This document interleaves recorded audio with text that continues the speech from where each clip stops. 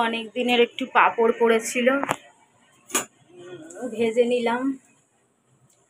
এগুলো তো আমি অতটা খাই না, বুনোর বাবা খাবে। এই যে এই পাঁপড়গুলো, আমি ওটা খাই, এই সাদাটা সাবুতটা। বুনোর বাবাও খাবে ওটা একটা।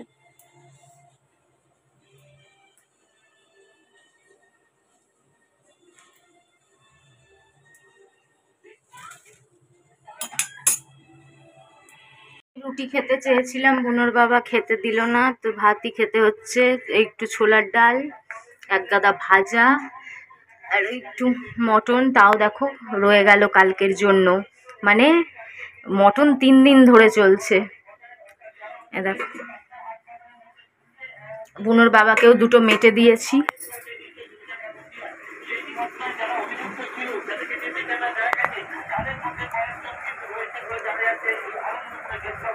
ফ্রিজে ঢুকিয়ে দেব, আগে হলে একদিনে বা 1.5 দিনেই খেয়ে নিতাম। এখনো 1 2 3 4 5 ওই 6 পিস এখনো রয়েছে, 3 পিস আলু রয়েছে, একবেলা হয়ে যাবে। খাওয়া দাওয়া হয়ে গেছে বন্ধুরা। কখনো কখনো মনটা ভালো লাগে, একটু ঠিক লাগে, কখনো কখনো মনটা খুব খারাপ লাগে, বুঝতে পারি না কেন এরকম হয়। কখনো কখনো খুব জোরে জোরে কান্না পায়, আবার কখনো কখনো একটু ঠিক লাগে। ছাদটা দেখছি আর বুনোর কথা ভাবছি।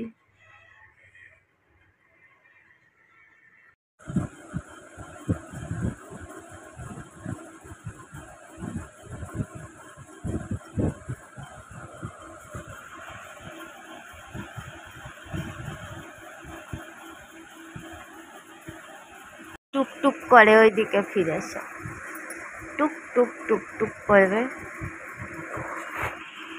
কয়টা বাজে? 3:15। ঘুম আসে না, ঘুম আসে না। এটা আজকের কথা না, রোজই ঘুম আসে না।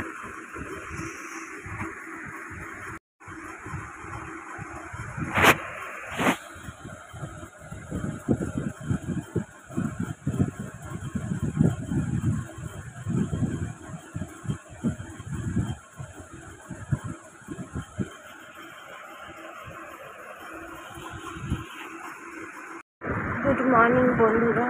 সারা রাত ঘুম হয় না জানো। এটা শুধু কালকে রাতের কথা তা নয়, প্রত্যেক দিন যবে থেকে বনি চলে গেছে। এমনিতেও রাতে আমার ঘুম কমই হতো, কিন্তু এইরকম হতো না। খালি মনে হয় বুনো এখানে শুয়ে আছে, ওখানে শুয়ে আছে, ডাকছে, আওয়াজ করছে। লাইট জ্বালাই, কিছুক্ষণ লাইট জ্বালাই, দেখি, আবার লাইট বন্ধ করে দিই। জেগে থাকি ভোর 5টা 6টা অবধি, রোজ তাই। কিন্তু রোজ শ্যুট করি না তোমাদের দেখানোর জন্য। অনেকে হয়তো ভাবছো যে কি জানি বনিকে ভুলে গেলে। বলা কি কোনো দিন কাউকে যায় গো? হ্যাঁ, একটা টাইম আসে তখন আর মানুষ 24 ঘন্টা কাঁদতে পারে না। দেখবে আমাদের মা হোক, বাবা হোক, ঠাকুমা হোক, দিদা হোক, আমাদের খুব আপনজন যখন চলে যায়, প্রথম কিছুদিন আমরা খুব কান্না করি, 24 ঘন্টা খালি কান্নাই পায়।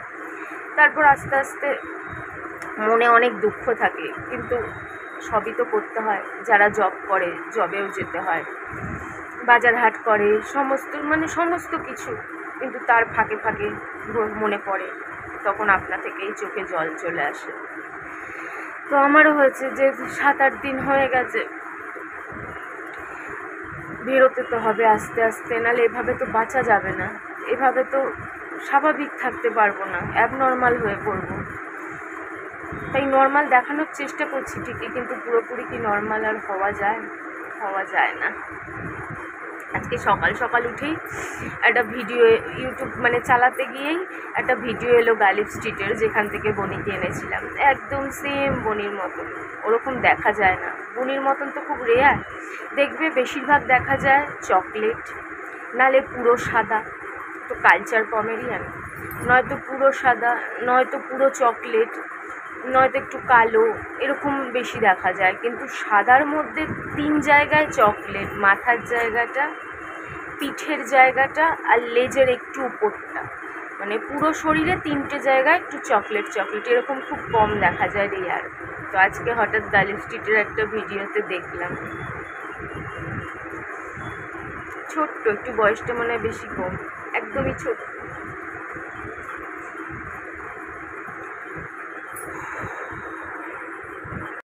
বুনোর বাবার এই বিছানা গোছাতে গিয়ে দেখো বনি নেই, বনির লোমগুলো যখন দেখি না, দেখো মানুষ যখন চলে যায় মানুষের কিছু জিনিস থাকে ঠিকই, জামা কাপড়, কিন্তু গায়ের শরীরের তো কোনো অংশ থাকে না। এটা তো বনির শরীরের অংশ, মানে বনির আসল চুল লোম বনি নেই। মনে করিয়ে দেয়, আমি চেষ্টা করি কত ভুলে থাকার। ইচ্ছে করে করে আগে ভূতের বই দেখতাম, ইচ্ছে করে করে হিন্দি গানগুলো চালাই, মাঝে মাঝে দেখি, কসমেটিক্সের ভিডিও চালাই দেখি, জামা কাপড়ের ভিডিও চালাই দেখি, মনটাকে ডাইভার্ট করার জন্য, জানো যে, কিন্তু কি করব, যত চেষ্টা করি এক আধ সময় তো মনে পড়েই যায়। হয়তো আগে 24 ঘন্টা কাঁদছিলাম, এখন চেপে চুপে সেটা কমিয়ে ফেলেছি, মনকে এদিক ওদিক দিয়ে রাখি, কিন্তু মন তো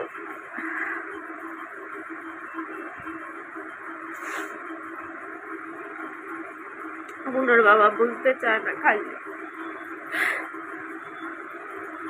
নিজের 55 বছর বয়স হয়ে গেছে, যখন দাঁত ফাত থাকবে না তখন বাচ্চা মানুষ করা যায় নাকি? বুনোর বাবা কথা না শুনলে আমি বুনোর বাবার সাথে থাকবো না, যাই করতে হোক না কেন। কিডনি বেচে দেবো, কিডনি কি করে বেচবো আমি তো জানিও না বেচা যায় কিনা।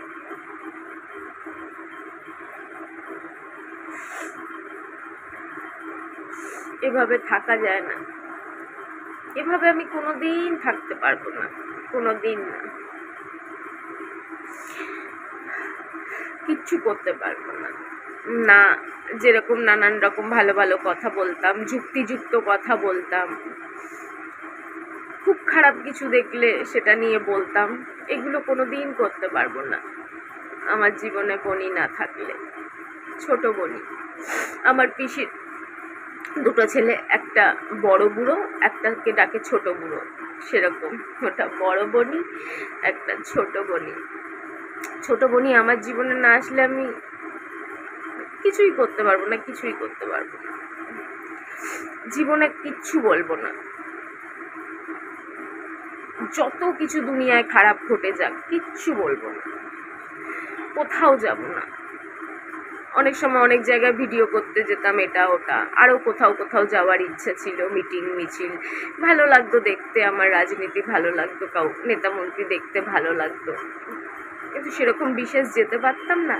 কিন্তু তাই বলে যদি কেউ ভাবে যে বনি না থাকলে আমার ঝাড়া হাত পা হয়ে গেছে, আমি আরও বেশি বেশি যেতে পারবো, একদম যাব না, কোথাও যাব না,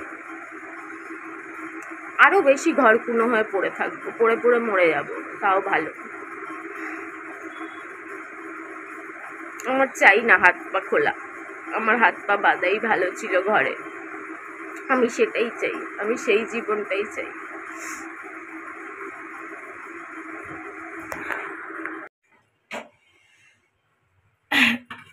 বিশ্বাস করো, আমার কাছে যদি আগে যেরকম ব্যাংকে, অনেক আগের কথা বলছি, এখন তো না, অনেক আগে যেরকম ব্যাংকে টাকা ছিল, বেশ প্রায় 4 লাখ টাকার মতন টাকা ছিল, আমি টুকটুক করে যেটুকুনি জমিয়েছিলাম, যেটা বৈষ্ণবীর বাবা সর্বনাশ করে দিয়ে গেছে, সেইটুকুনি টাকাও যদি আমার সারা জীবনের কামানো থাকতো, আমার তো আর কোটি কোটি লাখ লাখ ব্যাংক ব্যালেন্স, অনেক লকারে গয়না, বাড়ি গাড়ি, এরকম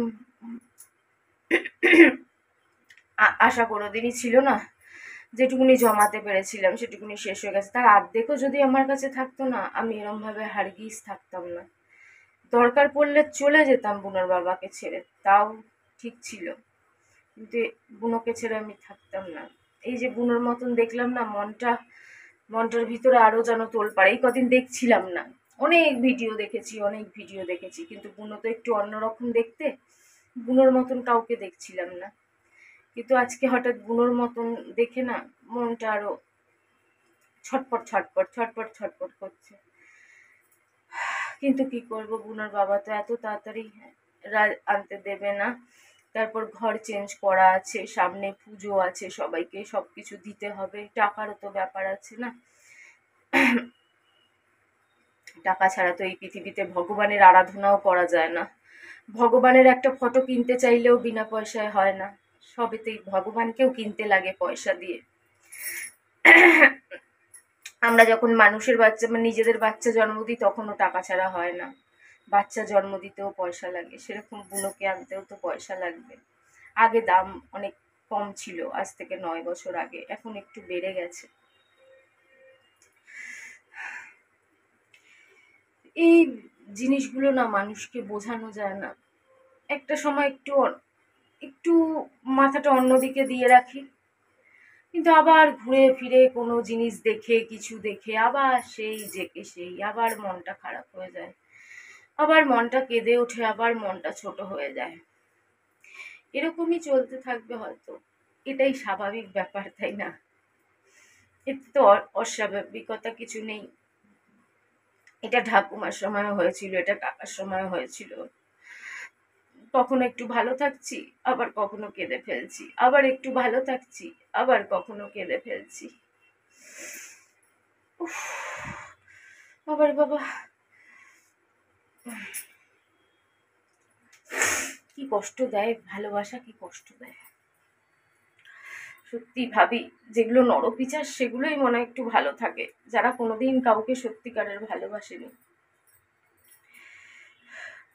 সেগুলোই তাদেরই, আর তাদের কোনোদিন এই ফিলিংস গুলো সহ্য করতে হয় না।